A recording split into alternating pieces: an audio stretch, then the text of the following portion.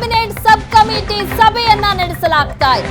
ಸಚಿವ ದಿನೇಶ್ ಗುಂಡೂರಾವ್ ಅವರ ನೇತೃತ್ವದಲ್ಲಿ ಕ್ಯಾಬಿನೆಟ್ನ ಸಬ್ ಕಮಿಟಿ ಸಭೆ ನಡೀತಾ ಇದೆ. ಸಭೆಯಲ್ಲಿ ತಾಂತ್ರಿಕ ಸಲಹಾ ಸಮಿತಿಯ ಮುಖ್ಯಸ್ಥರಾದ ಡಾಕ್ಟರ್ ರವಿ ಅವರು ಭಾಗಿಯಾಗಿದ್ದಾರೆ. ಟಿಎಸ್ಸಿ ತಜ್ಞರ ಸಲಹೆಯನ್ನ ಪಡೆಯೋದಕ್ಕೆ ಆರೋಗ್ಯ ಸಚಿವರು ಮುಂದಾಗಿದ್ದಾರೆ. ಹೊಸ ವರ್ಷ ಸಂಭ್ರಮಾಚರಣೆಗೆ ಹಾಗಾದ್ರೆ ಹೊಸ ಗೈಡ್ ಲೈನ್ಸ್ ಸಿದ್ಧ ಮಾಡಲಾಗುತ್ತೆ. ಮೈಸೂರು ಹಾಗೆ ಬೆಂಗಳೂರಿಗೆ ಪ್ರತ್ಯೇಕವಾದಂತಹ ಗೈಡ್ ಲೈನ್ಸ್ ನೀಡುವಂತಹ ಸಾಧ್ಯತೆ ಇದೆ.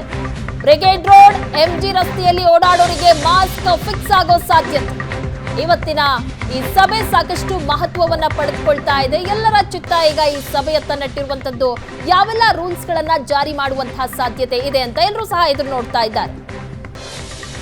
ಇಸಿ ಬಗ್ಗೆ ಹೆಚ್ಚಿನ ಡೀಟೇಲ್ಸ್ ಕೊಡ್ತಾರೆ ನಮ್ಮ ಪ್ರತಿನಿಧಿ ಸುರೇಶ್, ನೇರ ಸಂಪರ್ಕದಲ್ಲಿ ಜಾಯ್ನ್ ಆಗಿದ್ದಾರೆ. ಸುರೇಶ್, ಇವತ್ತು ಕೊರೋನಾ ತಡೆಗಾಗಿ ಕ್ಯಾಬಿನೆಟ್ ನಲ್ಲಿ ಏನು ಸಭೆ ನಡೆಸಲಾಗ್ತಾ ಇದೆ, ಸಾಕಷ್ಟು ಮಹತ್ವ ಪಡೆದುಕೊಳ್ತಾ ಇದೆ. ಎಲ್ಲರ ಚಿತ್ತ ಇರುವಂತದ್ದು ಯಾವೆಲ್ಲ ರೂಲ್ಸ್ ಗಳನ್ನ ತರ್ತಾರೆ, ಟಫ್ ರೂಲ್ಸ್ ಏನಾದ್ರೂ ಇರುತ್ತಾ? ಹೊಸ ವರ್ಷ ಬೇರೆ ಹತ್ರ ಬರ್ತಾ ಇದೆ ಅಂತ, ಸೊ ಏನೆಲ್ಲ ಸಾಧ್ಯತೆಗಳಿದೆ ಹಾಗಾದ್ರೆ ಸುರೇಶ್? ಪ್ರಗತಿ, ಈ ಕೋವಿಡ್ ಸಂದರ್ಭದಲ್ಲಿ ಏನೆಲ್ಲ ಕಷ್ಟ ನಷ್ಟಗಳನ್ನು ಜನತೆ ಅನುಭವಿಸಿದ್ದಾರೆ ಅನ್ನುವಂಥದ್ದು ಇನ್ನೂ ಕೂಡ ಜನರ ಮನಸ್ಸಿನಿಂದ ಮರೆಯಾಗಿಲ್ಲ. ಹಾಗಾಗಿ ಮತ್ತೆ ಅಂತಹ ಪರಿಸ್ಥಿತಿಗಳು ಬರಬಾರದು ಅನ್ನುವಂಥ ನಿಟ್ಟಿನಲ್ಲಿ ಸರ್ಕಾರ ಒಂದಷ್ಟು ಮುಂಜಾಗ್ರತಾ ಕ್ರಮಗಳನ್ನು ತೆಗೆದುಕೊಳ್ಳೋದಕ್ಕೆ ಮುಂದಾಗಿರುವಂಥದ್ದು. ಕ್ಯಾಬಿನೆಟ್ ಸಬ್ ಕಮಿಟಿ ರಚನೆಯಾದ ಬಳಿಕ ಇವತ್ತು ಮೊದಲನೇ ಸಭೆ ನಡೀತಾ ಇದೆ. ಈ ಒಂದು ಸಭೆಯಲ್ಲಿ ಆರೋಗ್ಯ ಸಚಿವರಾದಂಥ ದಿನೇಶ್ ಗುಂಡೂರಾವ್ ಇದ್ದಾರೆ. ಅವರ ನೇತೃತ್ವದಲ್ಲೇ ಈ ಒಂದು ಸಭೆ ನಡೀತಿದೆ.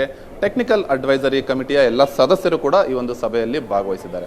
ಪ್ರಮುಖವಾಗಿ ಹೊಸ ವರ್ಷಾಚರಣೆಯ ಸಂದರ್ಭದಲ್ಲಿ ಸಹಜವಾಗಿಯೇ ಜನದಟ್ಟಣೆ ಹೆಚ್ಚಾಗುತ್ತೆ. ಮತ್ತು ಪಬ್ಬು, ಬಾರು, ರೆಸ್ಟೋರೆಂಟ್ಗಳಲ್ಲಿ ಕೂಡ ಜನದಟ್ಟಣೆ ಸಹಜವಾಗಿ ಹೆಚ್ಚಾಗ್ತಾ ಇರುತ್ತೆ.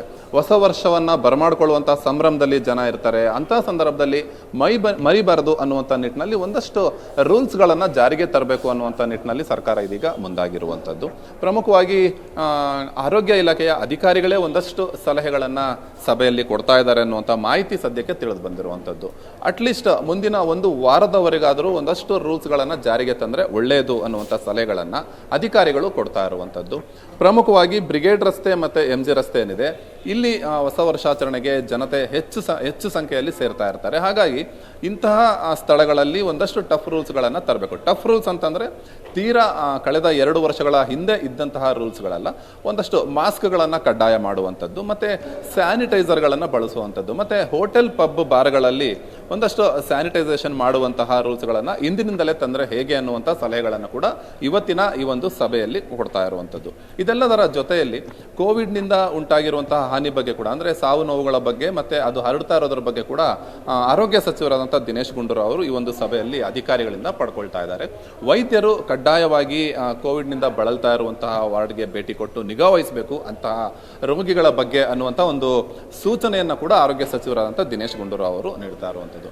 ಪ್ರಮುಖವಾಗಿ ಹೇಳಬೇಕು ಅಂತಂದರೆ ಇದೀಗ ಹೊಸ ವರ್ಷಾಚರಣೆಯ ಹೊಸ್ತಿಲಲ್ಲಿ ಇರುವಂತಹ ಸಂದರ್ಭದಲ್ಲಿ ಒಂದಷ್ಟು ಗೈಡ್ ಲೈನ್ಸ್ಗಳನ್ನು ಕನಿಷ್ಠ ಒಂದು ವಾರದ ಮಟ್ಟಿಗೆ ಆದರೂ ಜಾರಿಗೆ ತಂದರೆ ಹೇಗೆ ಅನ್ನುವಂತಹ ಚರ್ಚೆ ಇವತ್ತಿನ ಸಭೆಯಲ್ಲಿ ನಡೀತಾ ಇದೆ.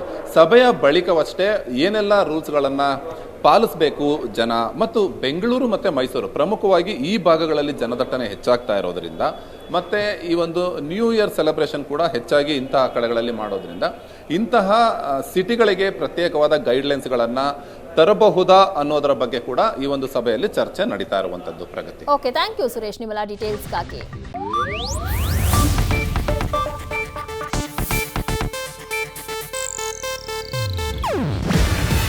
ಇದು ಏಷ್ಯಾನೆಟ್ ನ್ಯೂಸ್ ನೆಟ್ವರ್ಕ್ ಪ್ರಸ್ತುತಿ. ನೀವು ನೋಡ್ತಿದ್ದೀರಾ ಏಷ್ಯಾನೆಟ್ ಸುವರ್ಣ ನ್ಯೂಸ್.